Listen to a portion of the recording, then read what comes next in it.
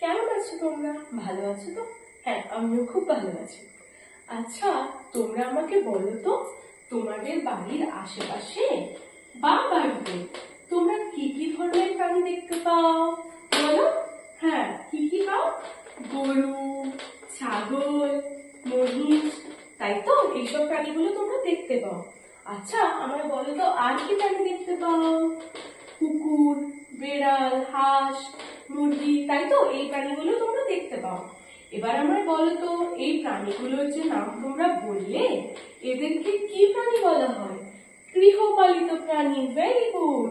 আচ্ছা, এবার আমায় বলো, গৃহপালিত প্রাণীকে ইংরেজিতে কি বলে? বলো।